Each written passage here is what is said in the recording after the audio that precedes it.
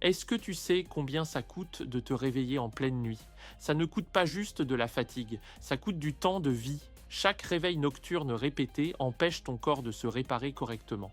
Et sur le long terme, une mauvaise qualité de sommeil est associée à une augmentation du risque de maladies cardiovasculaires pouvant aller jusqu'à 60%. Le sommeil n'est pas un luxe, c'est un pilier vital. Beaucoup de personnes se réveillent fatiguées, la bouche sèche, parfois avec une envie immédiate de boire de l'eau, sans faire le lien avec ce qui se passe vraiment pendant la nuit. Boire de l'eau est une excellente habitude, bien sûr, mais se réveiller systématiquement assoiffé ou ouvrir les yeux la nuit avec la sensation que la respiration est moins fluide peut être le signe d'un changement très courant avec l'âge. Un changement qui a un impact direct sur la qualité de ton sommeil. Ce n'est pas un simple détail ni une mauvaise habitude anodine.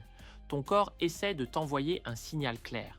Il t'indique que quelque chose perturbe ton repos en profondeur, parfois depuis longtemps, sans que tu en aies vraiment conscience. Avec les années, les structures à l'intérieur du nez deviennent moins élastiques et gèrent moins bien la circulation des fluides. Quand tu t'allonges pour dormir, le sang et les liquides ont tendance à stagner dans les voies nasales. Résultat, le nez se congestionne plus facilement, la respiration devient plus difficile et sans t'en rendre compte, ton corps bascule vers une respiration par la bouche. Et là, tu ne t'en aperçois même pas parce que ça ne te réveille pas forcément d'un coup. Parfois, c'est juste une gêne légère, un nez un peu bouché, un passage d'air moins fluide, et ton corps fait le reste automatiquement. Tu commences à respirer par la bouche, tu assèches ta gorge, et tu te retrouves à te réveiller avec cette sensation bizarre de bouche pâteuse, ou avec l'envie de boire en pleine nuit. Et le pire, c'est que tu peux croire que c'est normal, que c'est l'âge, ou que tu as juste dormi dans une mauvaise position, alors qu'en réalité, c'est un mécanisme qui se répète nuit après nuit. À ce moment-là, on pourrait se dire que ça ne change rien. Après tout, l'air reste de l'air. Mais en réalité, la façon dont tu respires fait une énorme différence, surtout la nuit. La bouche n'est pas faite pour respirer. Elle est faite pour manger, parler, avaler.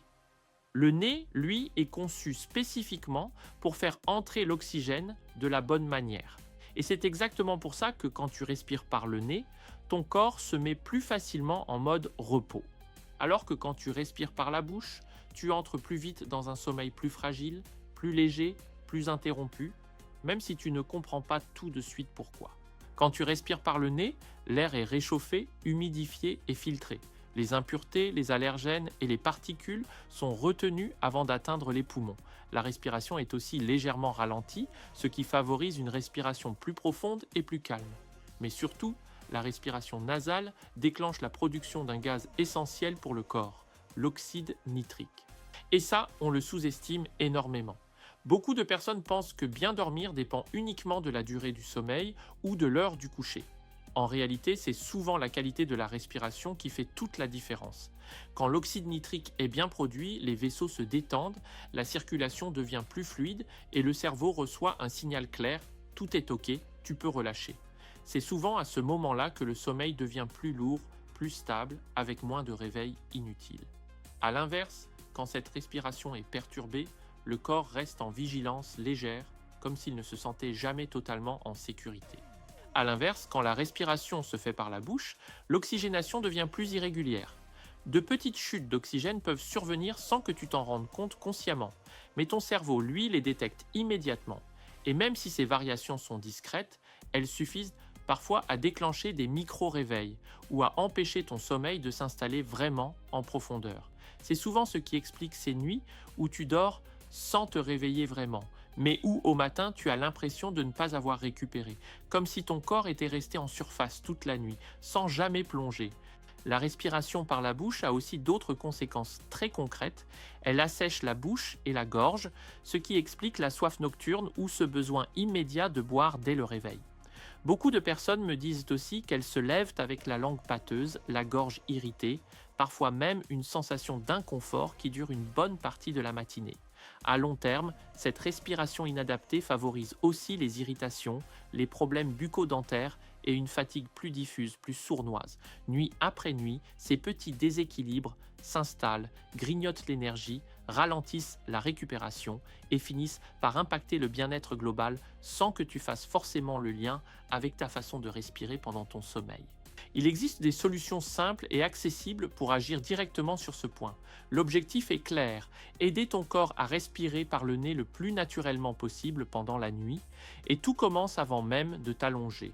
Des voies nasales dégagées, c'est comme une porte ouverte vers un sommeil plus stable, beaucoup de gens négligeant totalement cette étape, alors qu'elle peut changer la dynamique de toute la nuit. Des gestes très basiques suffisent parfois à créer un vrai déclic. Prendre une minute pour bien se moucher avant d'aller au lit, aérer la chambre, éviter un air trop sec ou utiliser un petit dispositif qui aide mécaniquement le nez à rester ouvert.